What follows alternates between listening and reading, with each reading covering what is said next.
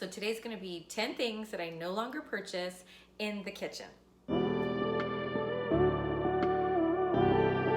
the first thing that I'm going to talk about is bottled water. So that is one of the number one things that I don't purchase, especially on a regular basis. Now, I always have a reusable cup with me, and I never stock these in our refrigerator. I really just don't see the point in it. There's so many other ways of doing things.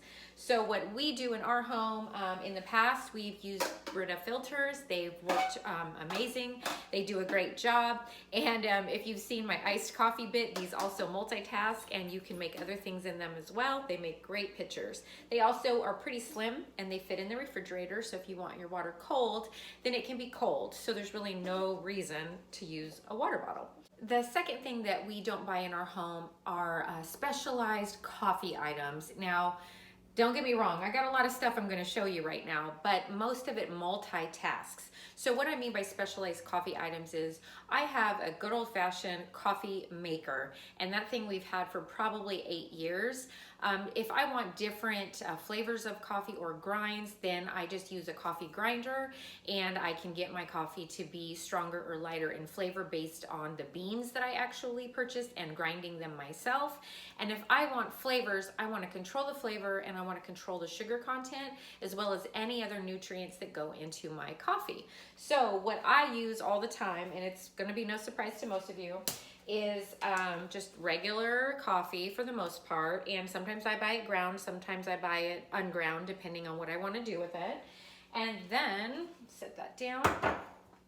I always buy a basic oat milk or oat milk creamer, and what I mean by basic is it's not flavored. So this one is just happens to be our favorite right now because it froths up so much. So I can pour this in as a regular creamer, or I can use this little guy to froth it up and make like a latte. And because it's non-dairy and gluten-free, everyone in the house can drink it, so I'm not buying different creamers for everybody. And if we want to spice it up at all, this is the fun part. I usually use things like, let me tell you, if I want a true treat, I buy a caramel for ice cream, so that way it also does double duty and you get a lot of bang for your buck with this. You just get about a teaspoon of it, you put it in your hot coffee with your creamer, and you instantly have a caramel coffee. But because not everyone in the house drinks coffee, the caramel gets used up because you can put it over non-dairy type of ice creams. You can put it over any kind of dessert that you want. You can pour it over a crumble. So again, multitask, and I can control the amount of syrup or sugar in my coffee, and I can kind of like give more bang for my buck. It's a true caramel flavor. So that's my one treat option, but it doesn't happen very often. The other thing that I do purchase is something like this, like a pumpkin pie spice. I've talked to you about it before. I actually put this in my coffee grounds before I percolate the coffee, and that kind of infuses it into the coffee. So that's how I also tweak the flavor. If I want a pumpkin pie spice coffee or latte, then I just add this into my coffee grounds, and I don't go and buy tons of other coffees all the time. Likewise for Christmas time, if I want like an extra cinnamon or something, I just use the cinnamon, and it helps to use up the spices in your refrigerator, so I love that. And then of course, let's talk about iced coffee. You've probably seen, or at least the thumbnails of my iced coffee series. I figured out that it's cheaper and much easier to make your own iced coffee, so I no longer purchase things like that as well. The next set of items that I no longer purchase for my kitchen for the most part are a lot of what I call like one and done appliances. Like, you're not gonna find a rice cooker in you know, my drawers. You're not gonna find a bamboo steamer. You're not going to find, you know, extra coffee makers that do specific things. You're not gonna make iced tea makers. I just have figured out that I don't need those types of items. If I'm going to purchase something, it better do at least 3 things for me, and I better be able to use it at least once a week. If I don't do those things, then most of the time it's out, or I pass it on to somebody who needs it more. Now, the one thing that I'll give an example for is a crock pot was just a staple in our home. but unfortunately I purchased a really nice one and it broke within a year. And in researching buying the fixable part of it, it just wasn't worth it. So I was talked into an Instant Pot, but I know me and I don't Instant Pot very often. It's just something I haven't learned to do. So what I did was I had a good deal at Costco a while back and I got the Big Daddy Instant Pot. And the only reason why I really went for the Instant Pot is because it does do that. It can make yogurt, can make all kinds of things, but it has this awesome saute setting and it also has the slow cooker setting. So this is like a truly one-stop shop for me. I can throw the meat in there, I can saute it and brown it with garlic and onions, throw everything else in there, set it on slow cook, and I can have a dinner by the end of the day.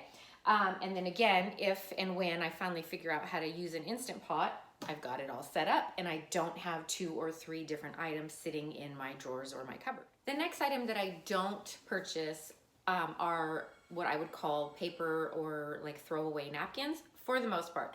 Now, once in a while, if I'm having a huge get together or a big themed party, of course I'm gonna buy something like that that's gonna go with the party, and I try to only buy the amount that I need. But I've always been a fan of cloth napkins, always. They just make you feel a little bit more special when you're having dinner. They are reusable, obviously, so they're, to me, better for the environment. They always have been, and they feel better, and you actually get a lot of fabric to clean up, and we've got some messy people in our house. Hey, this next thing is gonna drive some of you nuts because I understand the concept of organization and just having everything in its place and everything matching perfectly. But I'm not a huge stickler on that. If it functions and it's still usable, then I have a hard time throwing things away and then purchasing a very similar item for basically no reason. So what I'm talking about is these kind of more lightweight Tupperware-y kind of items. You know, there's whole aisles like at Target and Walmart that sell all kinds of different shapes, sizes, colors, seasons. But what are we buying, you know? So what I do is, especially over the pandemic, I found this ham that my family really liked to eat. And I started noticing something. I'm like, wait a second, these are reusable. So the ham actually comes in these little, I think it's Hillshire Farms, comes in these little plastic bags. And then they shove the plastic bag into this container and they have the little lid on it. Are you kidding? And then they just have a little piece of paper with these little stickies. I even left the stickies to show you. So that is all you have to do is you rip off the sticky and you have a reusable container. Well, I bought several of them because we were all at home. And so now I have this like really big set of this kind of stuff, and I don't see the need in purchasing other items, and I just feel like it's less waste. And then of course everything sits in nicely, so it's good. And then of course I do save other items, like this was a sauce container. I think pesto or something came in it, and it cleaned up beautifully. It's even harder and really more functional than even this. So I just rip off the paper of whatever the packaging is, and this one screws on. And I have several more in the fridge. If I buy a package of something that has a really nice container, I do my best to try to clean it out, and if it's reusable, I'm gonna use it. Okay, the next thing I'm gonna talk about is spices. One thing that I really stopped buying are spice mixes. I realized that we buy a lot of spices, and especially if you purchase them sometimes like at places like Costco, you end up with way too much. And even if you buy smaller containers, still a lot to go through before it kind of expires.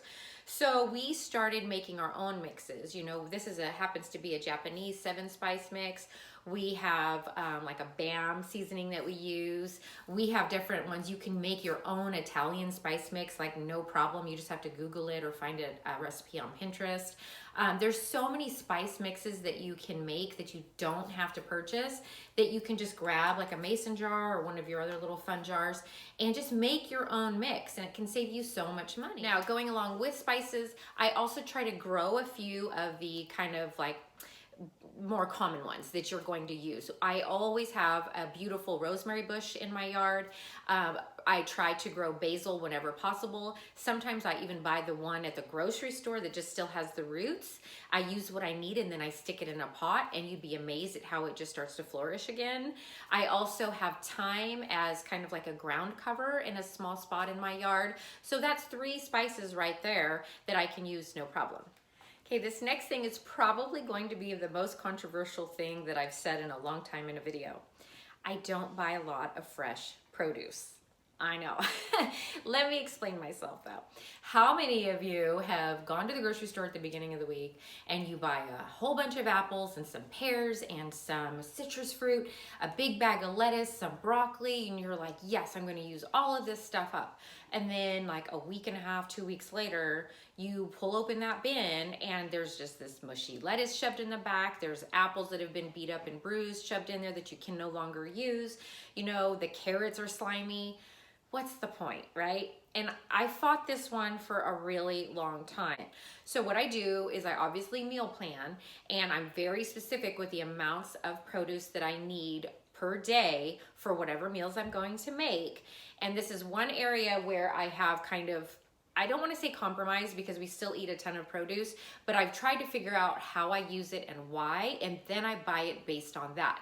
So for example, my family, the only fresh produce we really eat as far as fruits go is we'll eat a few bananas. So I only buy a couple of bananas. I don't buy the big bunch anymore.